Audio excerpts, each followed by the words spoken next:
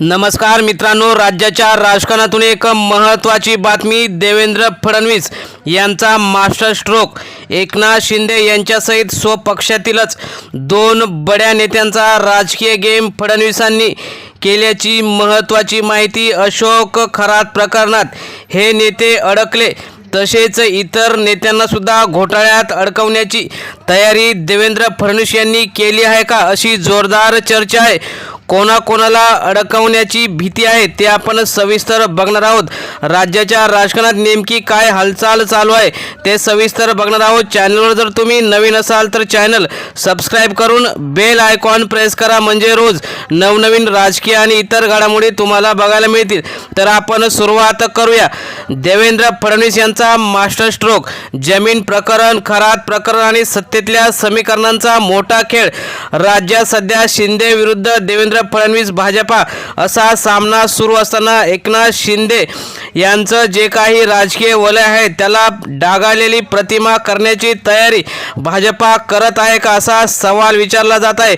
कारण अंजली दमनिया यांच्याद्वारे चंद्रकांत पाटील, एकनाथ शिंदे, दीपक केसरकर यांचे कॉल डिटेल्स, अशोक खरात यांच्यासोबतची सर्व माहिती दमनिया यांनी मीडियासमोर मांडली आणि खरातशी शिंदे यांचे संबंध आहेत अशी माहिती सर्वांसमोर दिली. परंतु ही सर्व माहिती फडणवीस यांच्या खात्यानेच त्यांना दिल्याची जोरदार चर्चा रंगलेली आहे. म्हणजेच देवेंद्र फडणवीस यांना आणि भाजपाला आता एकनाथ शिंदे यांची गरज उरलेली नाही. म्हणूनच त्यांना ह्या त्या प्रकरणामध्ये त्यांचं नाव गुंतवून त्यांचं राजकीय जे काही करिअर आहे ते खराब करायची आता भाजपाने तयारी केल्याची माहिती मिळत आहे. कारण या प्रकरणामुळे सत्ताधारी आणि विरोधक यांच्यातील संघर्ष अधिकच तीव्र झालेला आहे. राज्याचे मुख्यमंत्री असलेले देवेंद्र फडणवीस यांच्याच स्वपक्षातील असलेले देवेंद्र फडणवीस यांचे जवळचे सहकारी चंद्रकांत बावनकुळे यांना सुद्धा 1147 एकर जमीन त्यांच्याच मतदारसंघात जिल्ह्यात आहे अशी काल माहिती मिळाली आणि फडणवीस यांनीच ती माहिती काही जणांच्याद्वारे उघड केल्याची माहिती मिळत आहे. म्हणजे स्वपक्षातीलच विरोधक असोत किंवा इतर विरोधक यांचा सर्व सामना भाजपा देवेंद्र फडणवीस करत आहेत. या जमीन प्रकरणात चंद्रशेखर बावनकुळे यांचं नाव समोर आलेलं आहे. तर दुसरीकडे तथाकथित बोंधूबाबा अशोक प्रकरण खरात यामध्ये दीपक केसरकर असतील, श्रीकांत शिंदे, एकनाथ शिंदे, चंद्रकांत पाटील, धनंजय मुंडे यांचे फोटो व्हायरल झाल्यानंतर अनेक नेत्यांची नावं आलेली आहेत. या प्रकरणामध्ये अनेक ठिकाणी अनेक जणांचे हात गुंतलेले आहेत. त्यामुळे देवेंद्र फडणवीस यांना आणि गृह खात्याला वाटेल तेव्हा सर्वांची नावं उघड केली जातील. त्यामुळे आता देवेंद्र फडणवीस यांच्या हातातच हे सर्व आहे आणि त्यांना जेव्हा व्हायरल झालेले फोटो, कथित व्हिडिओ आणि काही व्यक्तींचे दावे यामुळे या प्रकरणाला चांगलंच वेगळं वळण लागलेलं आहे. या सर्व घटनांमागे फडणवीसांची गेम आहे की योगायोग आहे अशी चर्चा आहे.